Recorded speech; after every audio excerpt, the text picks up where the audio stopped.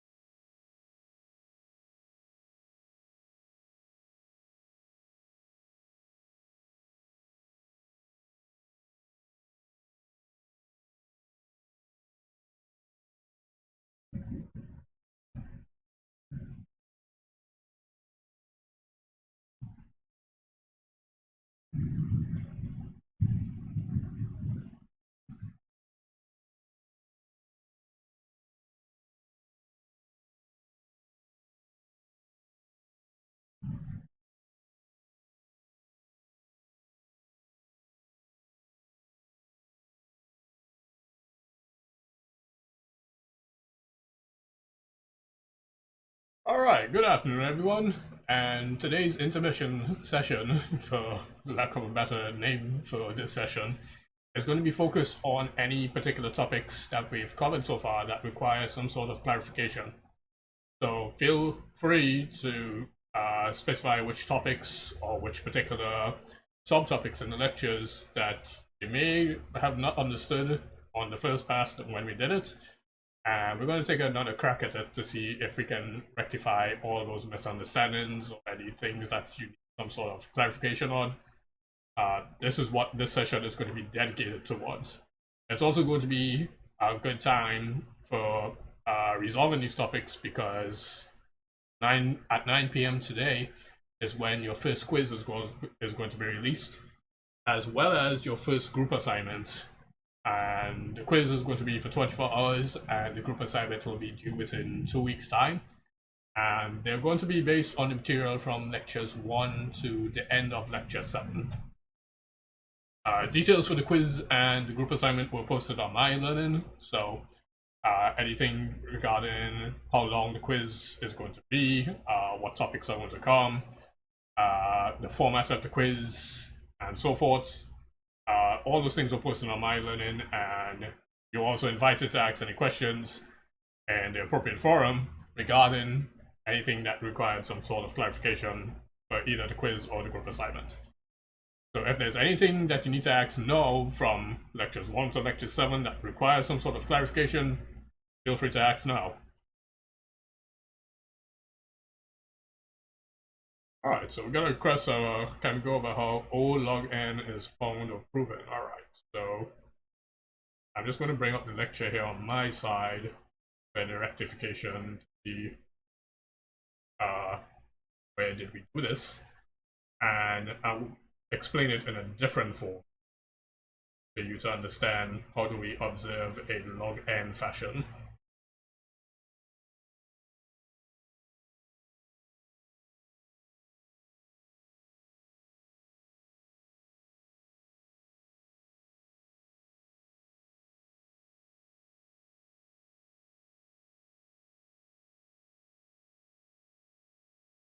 One second here.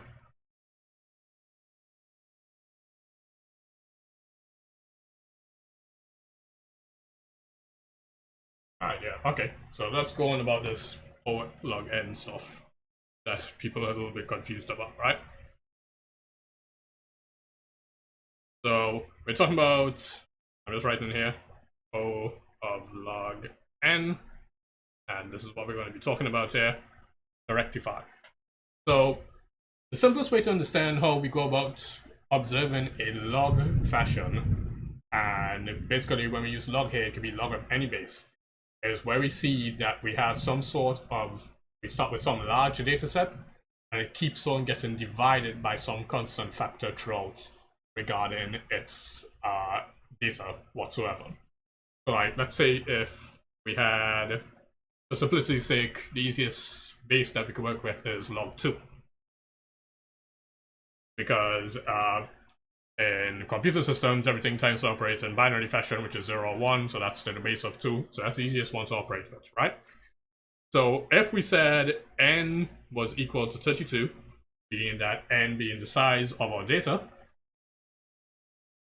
size of, and I'm saying size of data here, but let's say this is the size of our array, and we need to find some particular value inside this array. The idea is, instead of having to go all the way from n equal 0 to 31, because remember, arrays start from 0 and end at n minus 1, so 0 to n minus 1. Instead of going in a sequential fashion, we're trying to figure out what's going to be the fastest way for us to figure out, okay, where would be this particular value. And a nice way of thinking about it is that if we had a balanced seesaw problem where we had the entire length here going from 0, 1, 2, all the way up to 31, and let's say we had 1, 1, 1, 1 going on here, but then we had some value here that's 3, 1, 1. And then we need to figure out, okay, where does this value lie such that instead of the seesaw being balanced, we know that the right hand side here is going to be unbalanced. So which part of the right hand side contains this particular value that unbalances the entire seesaw? So instead of having to go through it from 0 all the way up to 31, we can then do what we refer to as a half and half approach here for a log n fashion. So we can divide this in half, and we can be like, okay, for this particular half is everything balanced. And then for this particular half here, is everything balanced as well. So if this left-hand side here only contains 1s, we can say, yes, this is balanced, so we don't need to worry about the left-hand side. But on the right-hand side here, this can be no. And then we know, okay, we need to focus on the right-hand side some more. So if we focus on the right-hand side some more here, you know, it's 3, 1, 1, then let's say, for simplicity sake, 29, 30, 31. We can divide it in half again and do the same balance approach. So the left-hand side here is this balanced, and the same thing with the right-hand side. Is this balanced as well? And this is no. Oh, sorry, this side is yes. And this side is no. So then we can just focus on this side again and can keep on repeatedly dividing it by some constant factor. So when we do that, when we have n here is equal to 32, and then we say, okay, we do this balance approach to figure out which side has this unbalanced factor. We reduce our data set from n equals 32 to n equals 16. So this was original, and this could be the second or first half of n. So we can, let's say, for simplicity's sake, let's call this n1. And we say this is n0. Then we can say n2 here is 8, because we divide this by 2. Then we divide this by 2 again. And we keep on going until we actually find where this value that is contributed to our unbalanced seesaw as to what is going to be where our value lies. And we can see here that for each step that we do, and let's just say that's the worst case where we go all the way down to 1, each step that we do here halves our data set. And in doing that approach where we keep on dividing by 2 throughout, each division can be mapped such that it goes back to a logarithmic form. So if we started here at 32, and we say, okay, what is log 2 of 32? And log 2 of 32 will be 5. And same thing, if we say log 2 here of 16, that's 4. Log 2 of 8, that's 3. Log 2 of 4, that's 4. And so forth as we keep on going. Log 2, sorry, not 4, this is 2. I mixed up myself. Log 2 of 2 is 1. And you get the idea as we keep on going along. So because each division here, where we truncate our data by half, and we watch the pattern at which we are doing it, we can form a mathematical notation to observe this pattern in order to see this. And this mathematical notation for observing the pattern here is what forms our order of log. So that's how did we come up, in particular, with us trying to figure out, okay, how does this reduction of our data follows what particular fashion, and what mathematical equation can we map it to represent this reduction. So that's how you end up getting that log n stuff. The converse is true like when you're going up in powers, because that's an expansion of your data. So for log is a reduction of data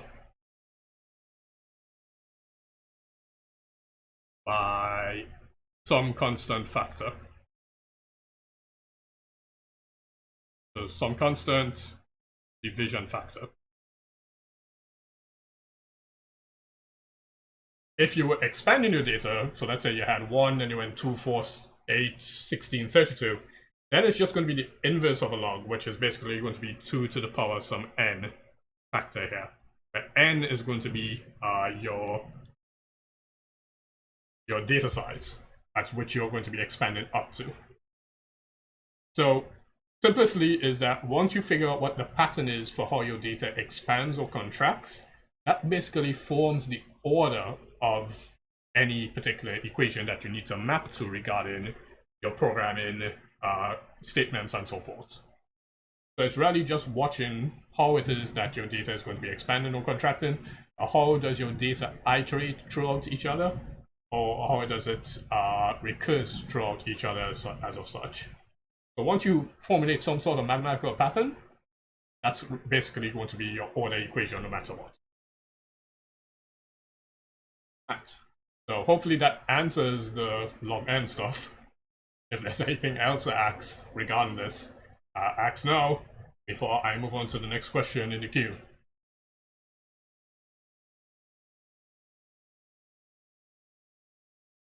And I just gave the example on the half approach here, which is basically the logarithmic form that I just now showed you.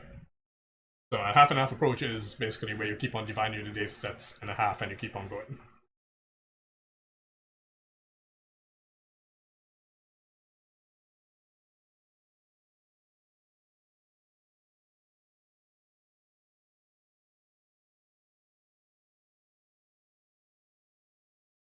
I'm getting to your questions in a minute, Jamar. I'm just waiting to make sure that if anyone has any questions on this log n explanation, so I can close off on this and I can get on to the recursive statement questions that you have.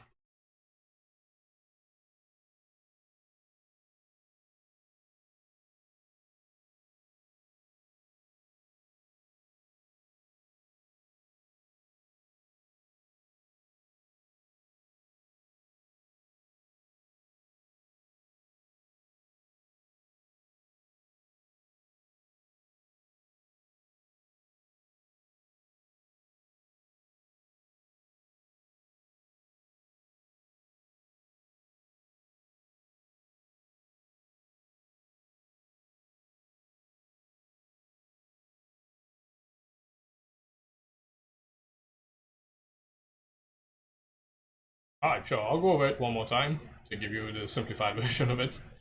So we're thinking about this in terms of like a balanced seesaw, and we want to figure out, okay, which side of the seesaw is unbalanced. So it's like saying for each index here from 0 to 31, if we have a data size of 32, we have on the left hand side, we only have 1, 1, 1, 1, 1, 1, 1, and so forth. But somewhere on the right hand side here, we know that the seesaw is unbalanced, but we don't know which part it's unbalanced. So it's like if we have 1, 1, 1, 1, and then we have some weird Obzuki value here being like 3 or 4, and then we just have 1s after. So we want to find out where this value is on the right hand side for a seesaw, because we know if it's on the right hand side and the right hand side is greater than the left hand side, this right hand side is going to be going down physically like a seesaw. So instead of having to go through each and every index to find this, which is basically like if we're doing a brute force approach, there's a more optimized way of doing this. So if that's in this case, we say, okay, let's keep on dividing the seesaw in half and seeing which side is balanced or which side is unbalanced until we find out where this factor is that is unbalancing our seesaw altogether. So if we know the left hand side here only has 1s and the right hand side here has our factor, we can just check the left hand side here by dividing our data set entirely by half and say, okay, is this side balanced? Is it? Yes. Okay, so we don't have to worry about this side no matter what. But on the right hand side, is this side not balanced? And we say basically, see, is it balanced? No? Okay, let's only focus on this right hand side here. So in focusing on this right hand side here, we divide this right hand side again by half. And then we watch on the left hand side here of this to be like, okay, is this side balanced? Yes. Is this side also balanced? No. Okay. So then if this side is not balanced, let's only focus on this side here as of such. And we keep on doing this division throughout. Instead of having from 32, we go down to 16 values, then 8, then 4, then 2, and we go all the way down to 1 value. And once we have 1 value, we know for sure that is where our unbalanced factor is going to be throughout in our entire data set. So because we keep on doing this constant division here by a constant divisor, because we start with 32, we divide it by 2, we get 16, and then we keep on dividing by 2 throughout 8, 4, 2, 1. We basically can see that in watching this formation here, or this pattern, we can map this to a mathematical equation. So in mapping this to a mathematical equation here, we can see that, okay, we always are going to be divided by 2. But each step here, let's see how do we map it so that we get whatever we need. So if we say log 2 of 32 here, this is here is going to be 5. Log 2 of 16 will be 4. Log 2 of 8 is 3. Log 2 of 4 is 2. And log 2 of 2 is 1. And we basically see that we get the same pattern that we had going up the road. Because we had 1, then we had 2, 4, 8, 16, 32. Same thing as we saw here. 2, 4, 8, 16, 32. And once we were able to match that pattern, we know that the order of this function, because it's logarithmic in nature for the pattern, the entire order of the function here is going to be logarithmic as well. So once you establish a mathematical equation for your pattern of how your data expands or contracts, or how it iterates or recurses, that basically forms the order equation that you need for any programming statements that you encounter.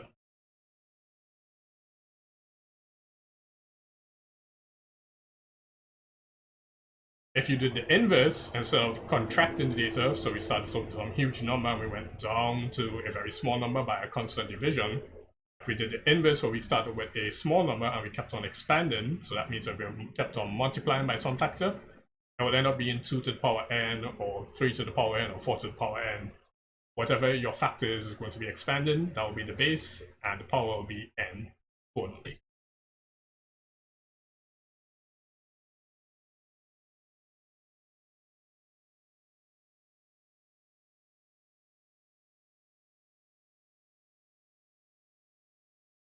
Alright.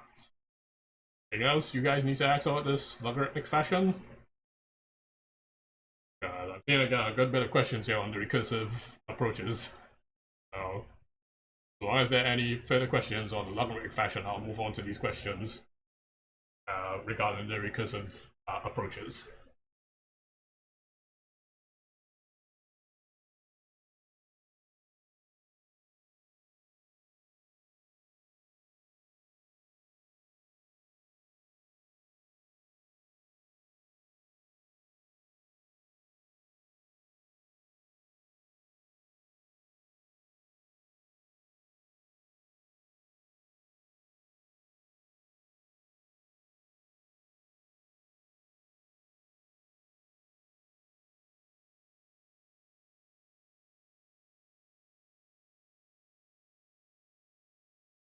I gave you guys an example algorithm in the lecture.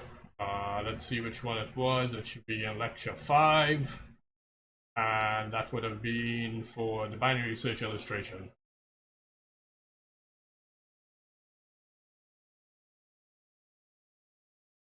The space complexity for this would depend on how much memory you're using in particular. So if you're watching space complexity in particular, you want to see if you're going to be reusing memory or if you're going to be creating new instances of memory each time.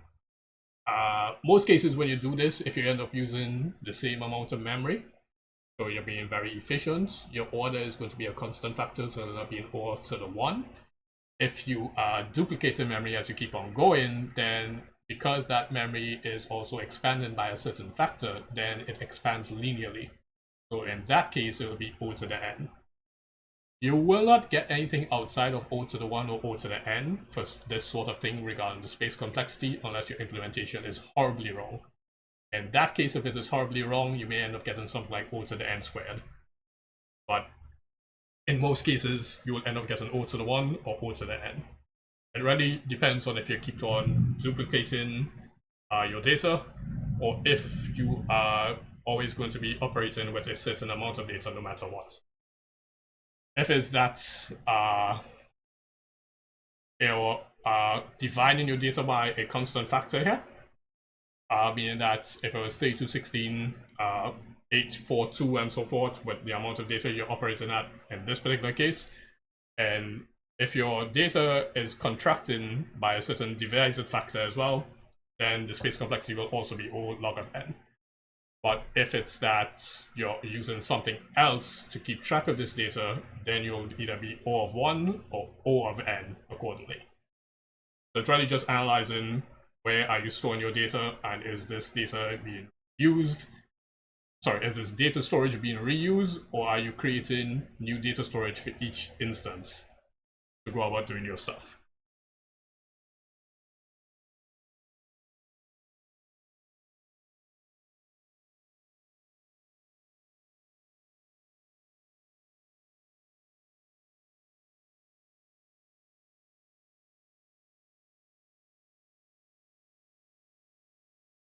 So just to reiterate one thing, remember the example I gave you was a binary search, and I'm pretty sure you can find a lot of implementations of binary search in C++.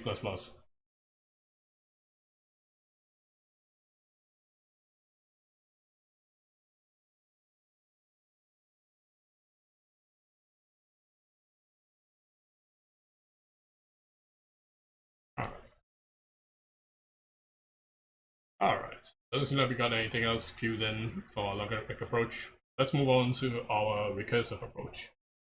So with the recursive approach, when you go with the bottom down and the top up, the bottom up approach and the top down approach, it's really how your equation is going to be mapped. So the perfect example for this is like if we said n factorial here, and we know that it's going to be n by n minus 1 by n minus 2 by going all the way down to 3 by 2 by 1.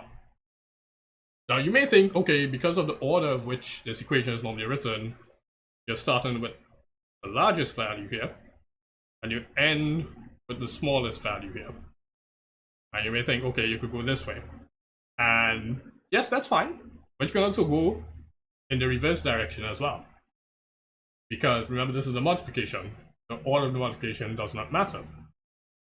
So if we decide to go from the smallest to the largest instead, let's watch how we can actually formulate this recursively. So 1 factorial here. Oh wait, let's call this function here f of 1, and this is 1 factorial. So 1 factorial is 1. Then let's say f of 2 is 2 factorial, and this is 2 by 1, which is 2, or which is also similar to 2 by f of 1. F of 3 would be 3 factorial, which is 3 by 2 by 1. And we already have 2 by 1 here, which is 3 by f of 2. And we could keep on going on seeing our pattern, so I'll just do it for f of 4 here. Just 4 factorial, 4 by 3 by 2 by 1. This 3 by 2 by 1 is the same thing here, which is 4 by f of 3. So if we keep on going all the way down to f of n, this will be n by n minus 1 by n minus 2, going all the way down. And as we watch our pattern here from before, this will just end up being n by f of n minus 1.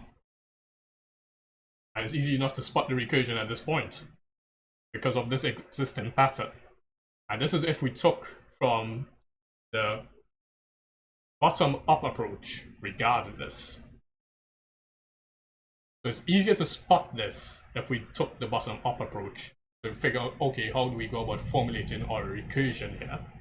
Because each one of these function calls, that I'm going to be underlining in blue here, represents our recursive function calls when you watch the code for your factorial.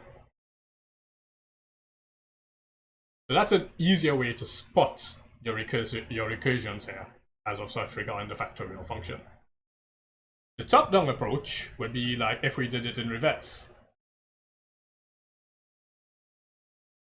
And it's a little bit harder to see it in the top-down approach. Because it's like if we're saying, okay, f of n here is n by n minus 1 by n minus 2 by all the way down to 3 by 2 by 1. Then we have f of n minus 1 is going to be n minus 1 by n minus 2 by all the way down to 3 by 2 by 1. And then we can see here that f of n minus 1 here is just this part here as well.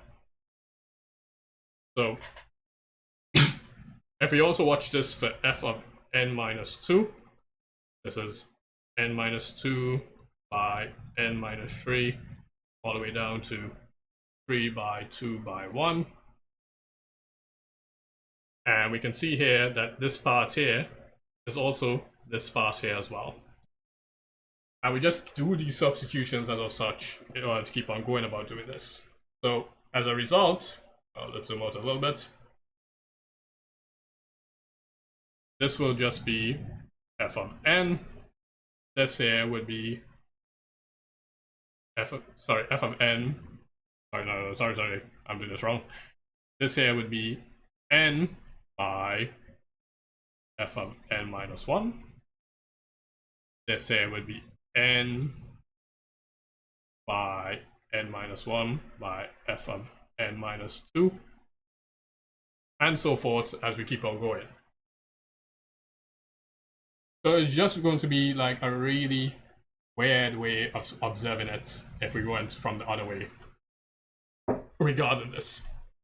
Now, a smart person will realize if you just watch these two here, you can immediately figure out the recursion for the entire equation in terms of n, because immediately you see it's n by f of n minus 1.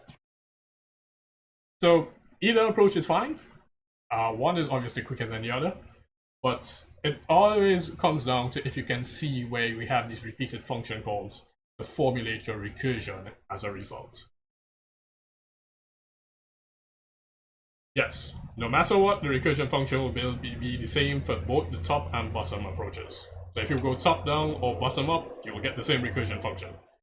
It's just going to be a difference in which of the order where you start from. If you're going to be starting from the smallest value to the largest value, or from the largest value to the smallest value. It will just be the same thing no matter what.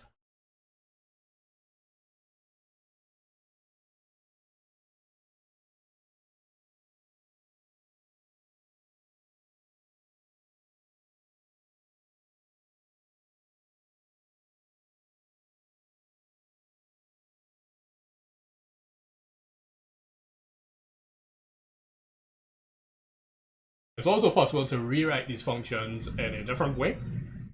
So just to give you an idea of how we can rewrite these.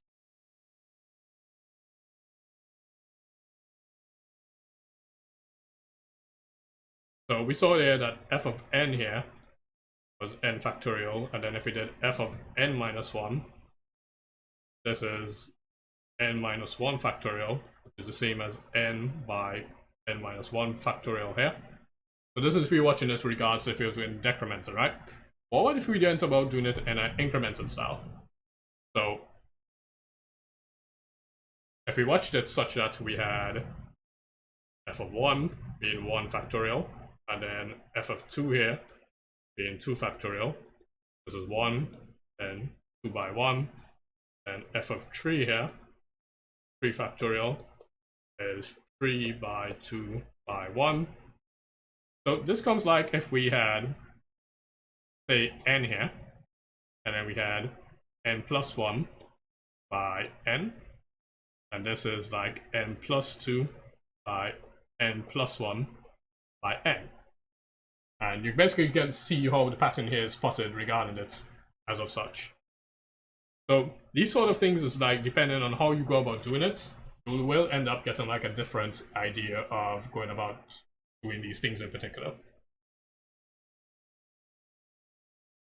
Okay. Right, so the base statement in these cases is how do you return your values? And the base statements are indicative of how you think about, okay, after you finish all the recursions, what value do you need to return for all the recursions to end up getting calculated properly. So for multiplications, in most cases, you just want to end up returning a value of 1. If it is an addition or subtraction, you will end up wanting to return the result instead. So I'm just going to give you that. So for multiplication, you typically return 1, because when you watch how the recursion operates, and you can review this back in our code operations tutorial, you basically see that all the functions here just keep on multiplying by one another. So it just keeps on multiplying until you end up with the last value, and you just need to multiply it by 1 to get back that value. The same thing with division. You can also return 1, because when you keep on doing these constant divisions, the last thing you want to divide by is 1 for your base case. So once you divide by 1, you'll get the actual result that you are required for. For an addition,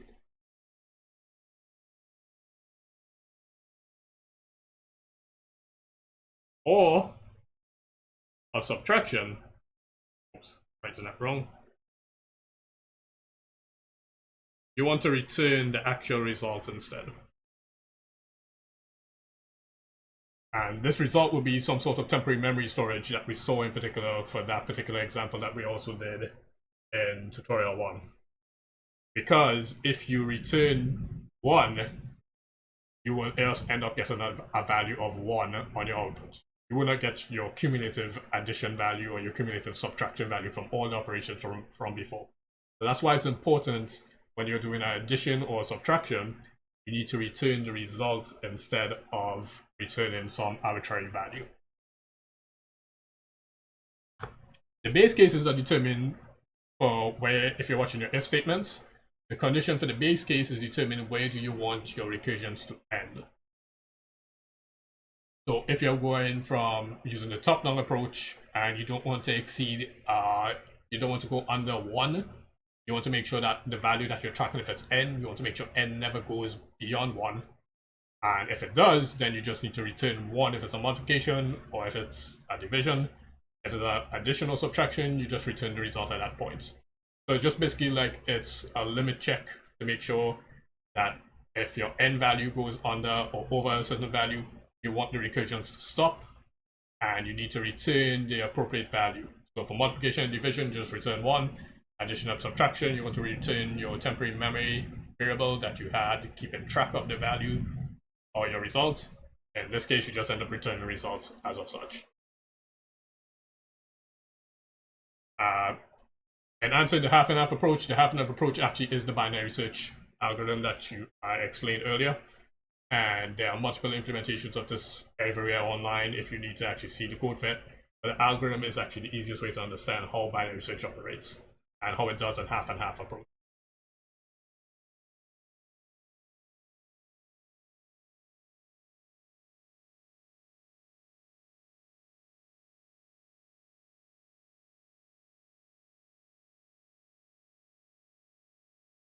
And so another question here where someone asks if top to bottom or down to up approaches are only increments and not division and multiplications, which is half and half. No. You can have bottom up approaches and top down approaches with multiplications and divisions inside of them.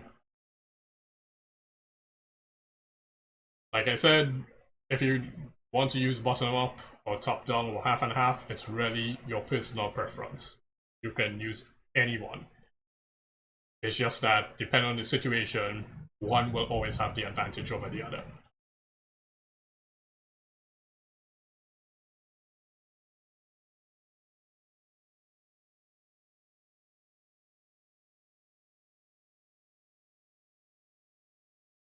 The time complexity for this... Did I give you guys the time complexity for a factorial function?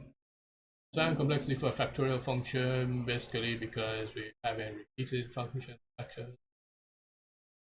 I want to give you an answer, but I want to give you the correct answer regarding this, so I want to make a note here on my side, and I'll answer it on the forum for you.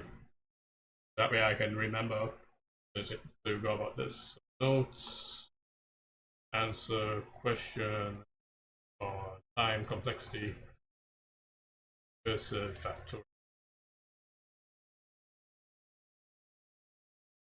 I'll answer that question on the forum for you once we end the session for today regarding the time complexity of this function, and I'll give you guys a brief explanation as well as to how we went about determining the time complexity of this function.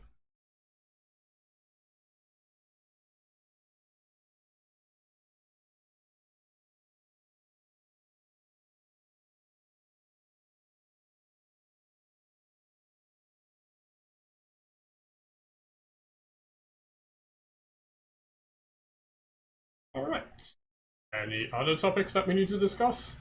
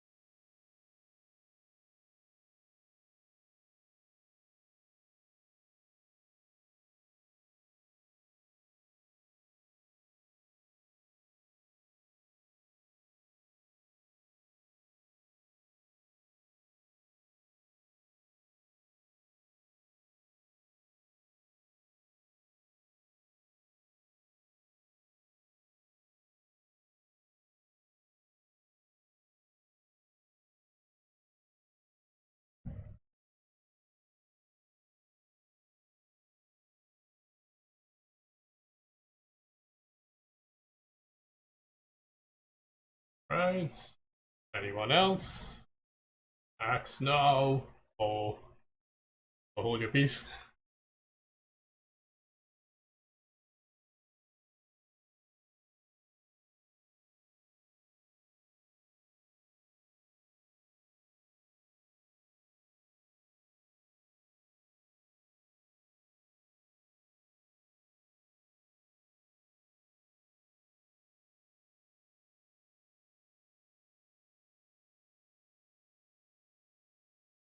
All right. So I'm not going to need codes for this in particular to explain this. So I'm going to write out the function here for you to explain why this is going to be important here. So when you're doing testing, and in particular you're asking about black box testing, you're basically going to have an int main function here. And then you'll have your first input parameter here being int argc, and then you have char star being a character pointer, argv, and this pointer is going to be towards the argv array. So that's what argc here is, and what argv here is here in particular, right? So what argc is, extract this out. What this does is that this keeps track of the number of inputs. So let me don't say inputs there. The number of command line parameters.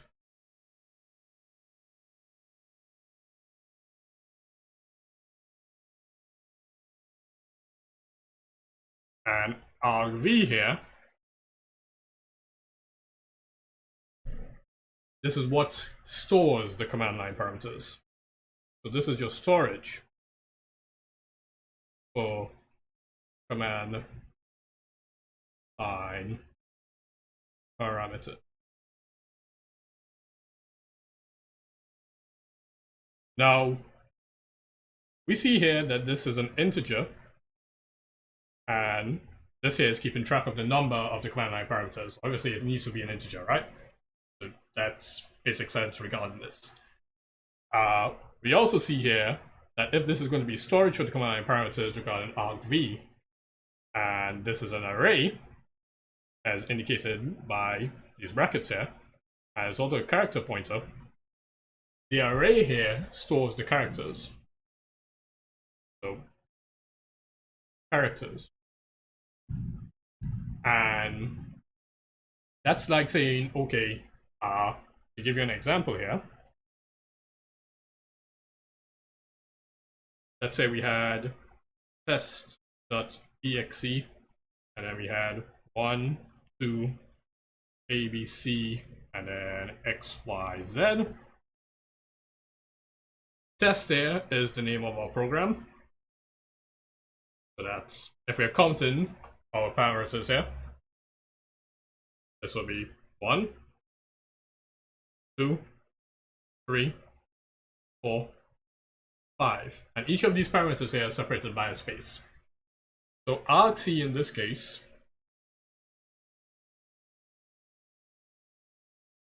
remember this is an integer, would be 5.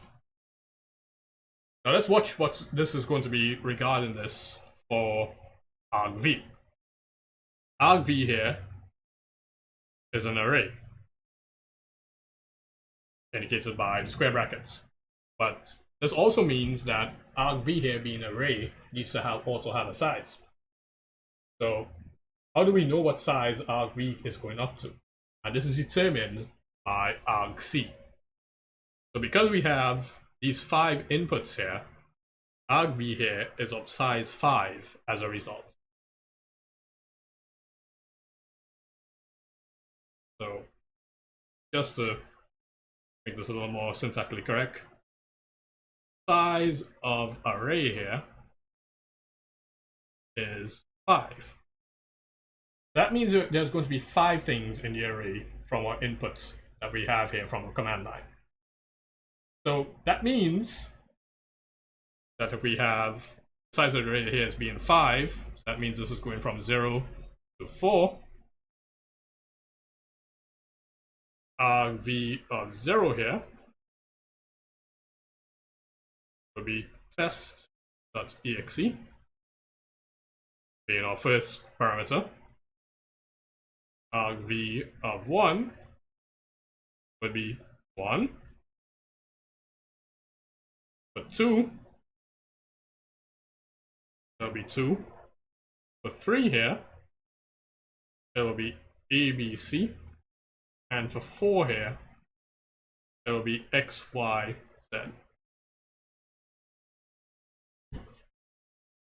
So that basically gives you an idea of how each one of these parameters here, when you type it on the command line, how it ends up getting stored as a result.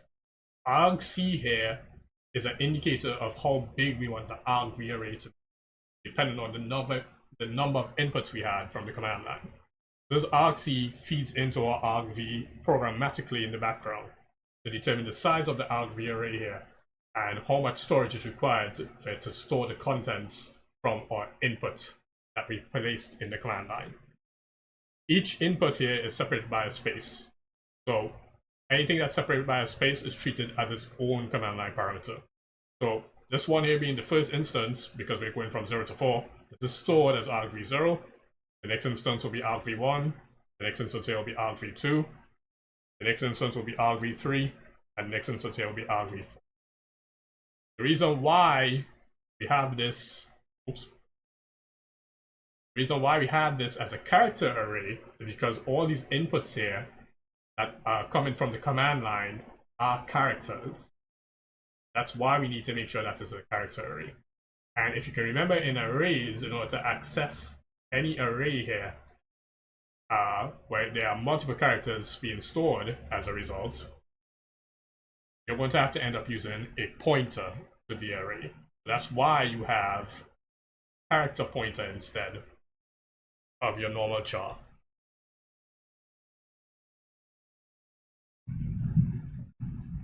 That's why you use a character pointer, in order to access the contents of this entire argv array storing characters. So this 1 and 2 here, those are not integers. Remember, that's coming from your keyboard, and that is stored in character formats.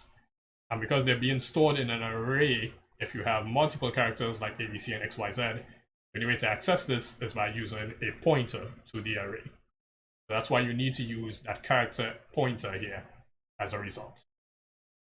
argc here feeds into argv programmatically in the background to indicate, okay, what is going to be the size of our argv array, store all of these command line parameters as a result.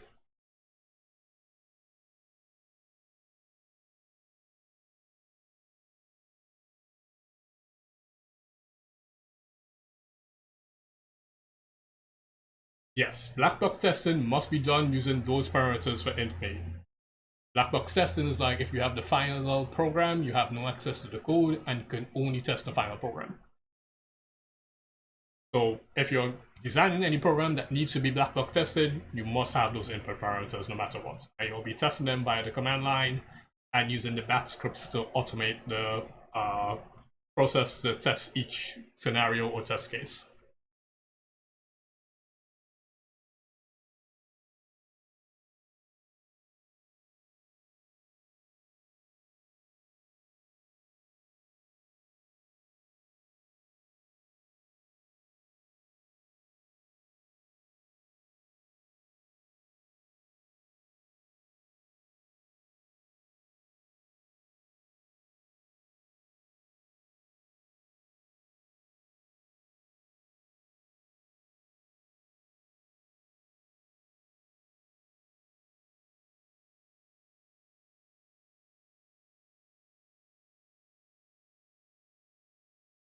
All right, any further questions?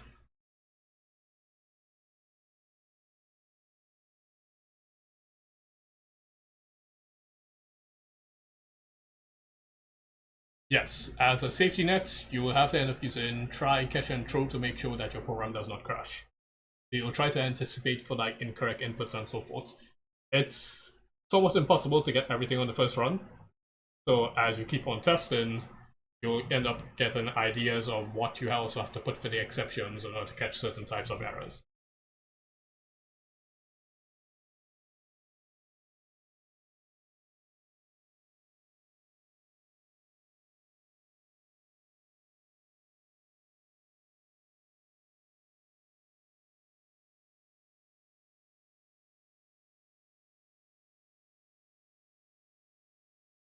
So the main reason for using the try, catch, and throw statements is to make sure that your program does not crash.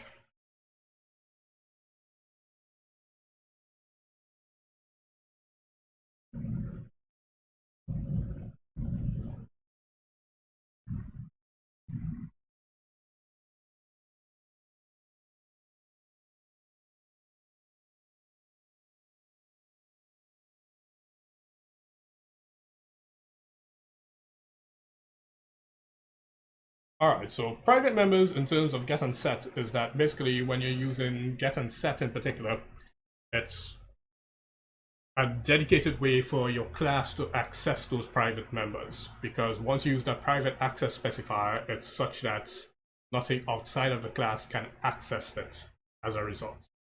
So if we had class test, and then we had test there being our constructor, tilde test here, being our destructor, and there will be public. We had get value,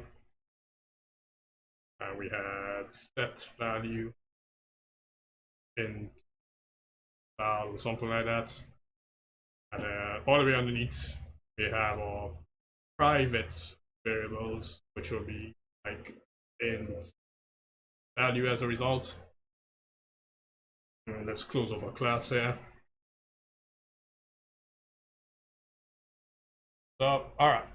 So remember, anything here that is private is local only to the class itself. So if we had like our main function here, and let's say we created some object instance, so let's say test object 1, and if we said object 1.val, this won't work because of this private access specifier. The private access specifier means that only certain things in the class can access it. Anything outside of the class, be it in another function in another class, cannot access it. So the only way to go about doing this is that we need to make sure that we have a method here in the public access specifier in order to get and set these values. So that's why we need to have get value here and set value here being mapped here to public as a result. And these public methods can go about accessing this private member variable in our class. Now, let's say for instance, if we had get value and set value here, and I'm just playing devil's advocate, instead of this being public, let's say if this was private. If it was private for everything here, then there's no way that anything outside of this class can be accessed. So if we try to say object 1 get val,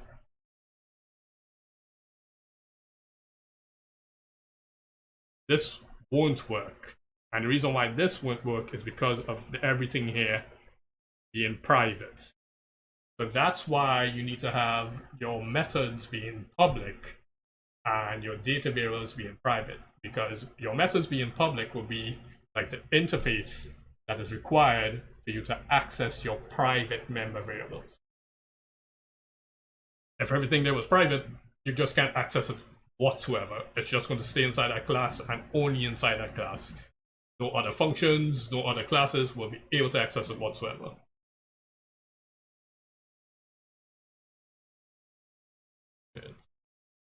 Doing it, get back to my current state where I was. Nice. So anything here that's defined as public is going to act as your interface to the class. So this is like similar to like if you're in a company and anything that's public here will be like your receptionist or your front desk person, and the private here will be any sort of data that they can access only. No member of the public will be able to access it as a result. Sorry, I'm saying that confusing the terms. No one outside of this class will be able to access this private data as a result.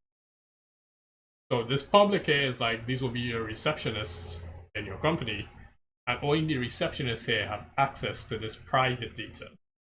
Anyone else outside of the company here will not have access to this private data. So that's a nice analogy to think about regarding this.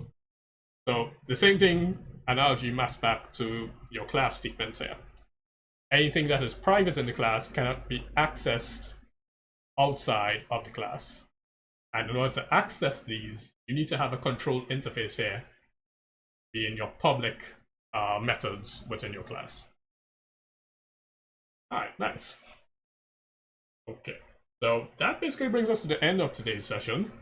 And I suppose you guys will be heading over to Akash's section in Blackboard Collaborate at 2 o'clock.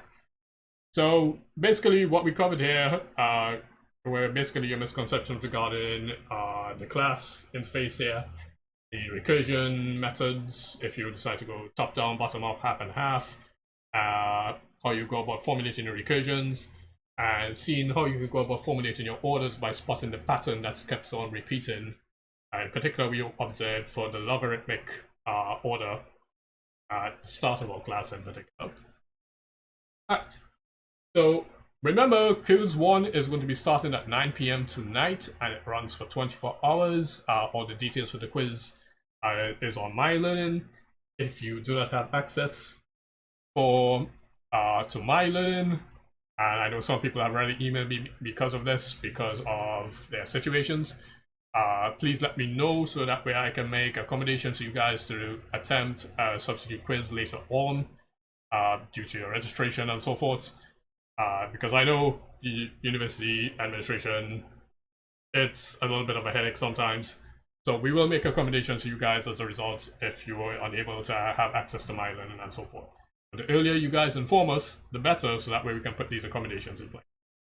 For those of you who do have access to My Learning, remember the details of the quiz and whatnot is on the forum, so you can have an idea of what to expect regarding the quiz, what material you need to review, and so forth.